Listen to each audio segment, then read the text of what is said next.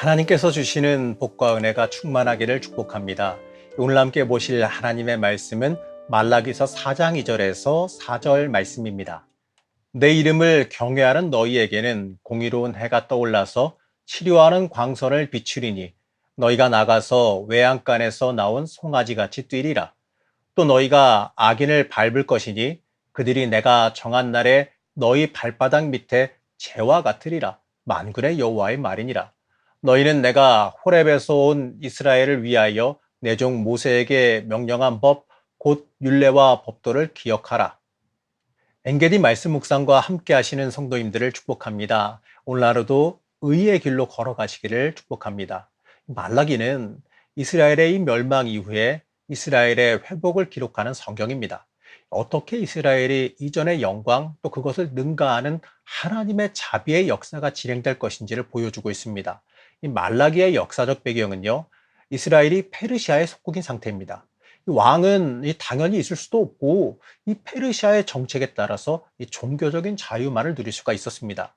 이 시기는요, 이 500년 동안 익숙해져 있던 왕정 제도가 없어졌기 때문에 오히려 이 근본적인 언약 제도인 제사장 제도를 통해서 하나님과 더 가까워질 수 있는 기회였습니다.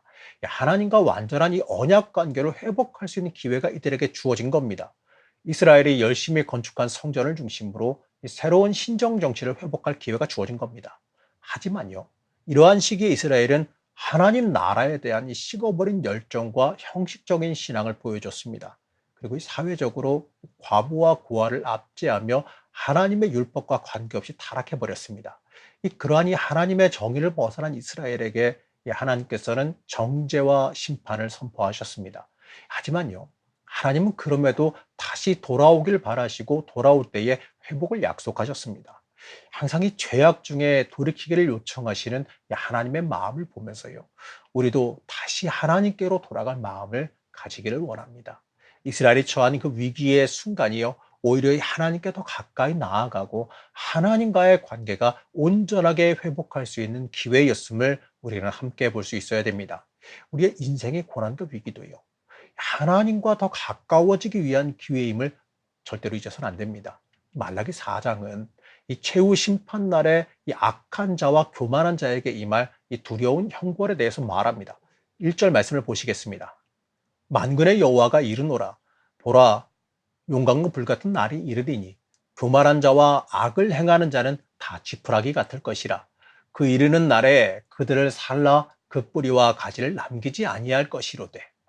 하나님을 경외하는 사람과 그렇지 않은 사람이 서로 다른 결말을 맞이하게 된다라고 말씀하십니다. 자, 그러니까요, 이 하나님의 말씀에 순복하도록 권면하는 겁니다. 위기의 순간에 이처럼 하나님께 엎드리는 사람은요, 결국에는 승리와 회복을 맛보게 되어 있습니다. 이 종말론적 심판이 임하는 날은요, 하나님을 대적하는 악인들에게나 이 멸망당하는 비극적인 날이에요. 오늘 말씀에서는요, 용광로 불 같은 날이다라고 말씀합니다. 이 뜨겁게 타오르는 용광로가 이 모든 것을 다 태워버리듯이 이 그날의 하나님의 심판 역시 악하고 불의한 자들을 남김없이 소멸시켜 버릴 것이기 때문에 그렇습니다. 하나님을 경외하지 아니하고 하나님의 존재를 부인하고 하나님께 온전히 중심들여 나오지 못하는 사람들은 이 용광로 앞에 지푸라기 같이 순식간에 다 타버리고 말 것이라는 겁니다. 그러나 하나님의 사람, 하나님을 철저히 경외하며 살아가는 사람에게는요, 그날이 승리의 날이요, 해방과 자유의 날이 되어집니다. 바로 기쁨의 날, 복의 날이 됩니다. 오늘 말씀에서는요, 악인의 운명을 이 불타는 지푸라기 같을 것이라고 말하고 의인의 삶은 이 외양간에서 풀려나온 송아지 같을 것이다라고 말씀합니다. 바로 이 악인과 의인의 인생이 서로 엇갈리게 될 것을 뜻하지요. 4장 2절 말씀을 다시 한번 보겠습니다. 내 이름을 경외하는 너희에게는 공의로운 해가 떠올라서 치료하는 광선을 비추리니 너희가 나가서 외양간에서 나온 송아지같이 뛰리라. 방금 읽어드린 2절 말씀은 제가 병원 신방을 갈 때거나 또는 육신적인 어려움을 겪는 분들에게 주로 사용하게 되는, 그분들에게 들려주는 이 치유의 말씀이기도 합니다. 물론 이 모든 것의 치유는요, 하나님께 달려있기 때문에 맞는 말씀이기도 해요. 하지만 여기서 조금만 더 자세히 보게 되면 이 공의로운 해, 이렇게 말씀하고 있는데 이것은 이 모든 빛의 근원 되시는 예수 그리스도를 뜻합니다. 그리고 이 치유하는 광선이라고 말하는데 여러분, 이것은요, 원어로는 이 광선이 아니라 날개라는 뜻입니다. 이 떠오르는 태양으로부터 비치는 광선이 마치 힘차게 날아오르는 새의 날개처럼 보이기 때문에 이 비유적으로 기록된 것이라 여겨집니다. 그렇기 때문에요. 이 의로운 해인 예수 그리스도께서 치료의 광선을 발하신다는 것은 이렇게 해석해야 됩니다.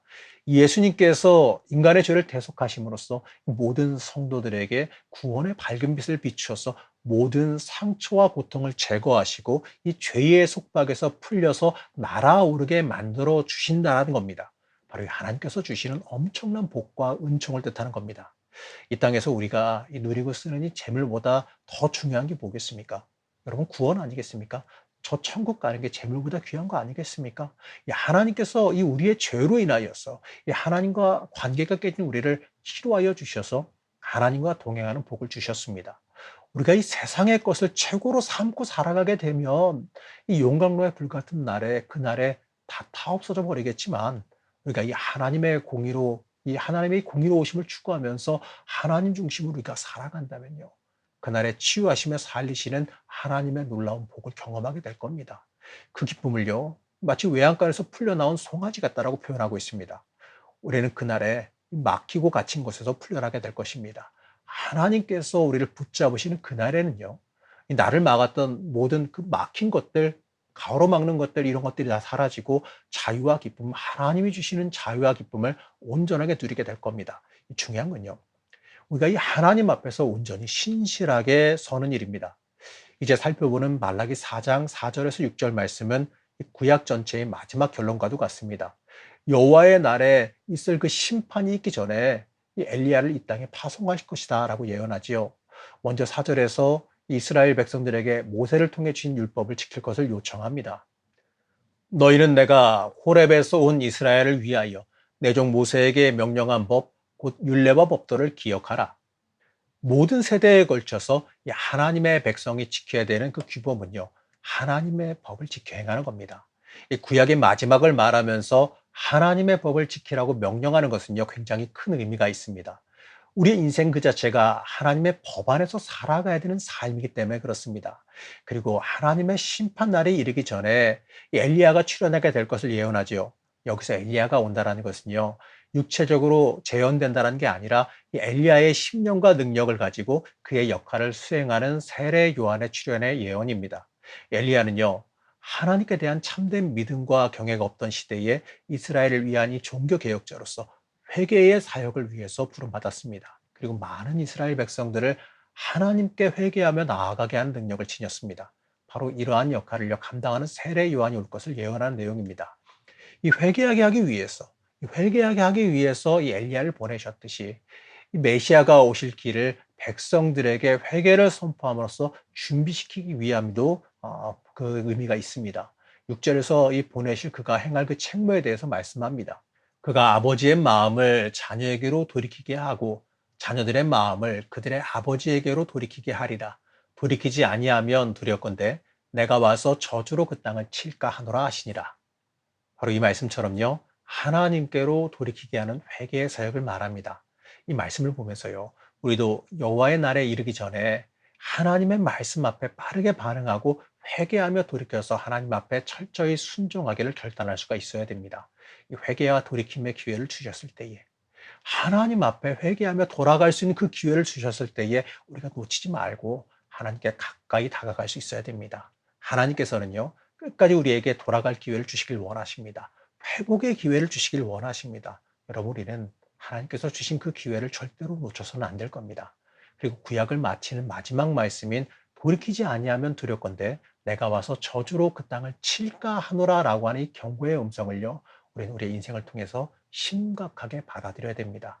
우리가 하나님께 돌이키지 않으면 하나님께로 돌아가지 않으면 우리의 인생에 희망이 없음을 깨달으시기 바랍니다. 반대로요. 우리가 하나님께 온전히 돌아간다면 내 인생의 온전한 주도권을 하나님께 철저히 내어드린다면 이 하나님 중심으로 우리가 살아간다면요. 우리는 아무 근심 없이 이 땅에서 승리의 삶을 살아가게 될 겁니다. 사랑하는 성도 여러분, 우리의 인생의 답은 하나님께 달려있음을 여러분 믿으시기 바랍니다. 이 하나님께 가까이 다가가는 것, 하나님께 내 주도권을 내어드리는 것에 우리의 인생의 답이 있습니다. 하나님은 지금도 우리에게 하나님 중심으로 돌아오라고 부르십니다. 여러분 그 하나님의 음성에 응답하시고 하나님 중심으로 살아가기를 이 시간 결단하시기 바랍니다. 고난은요, 하나님 중심으로 새롭게 변화할 기회입니다. 이 고난 중일수록 또 하나님께 가까이 나아가는 은혜가 여러분에게 있길 바랍니다. 우리 인생은 하나님께 달려 있습니다.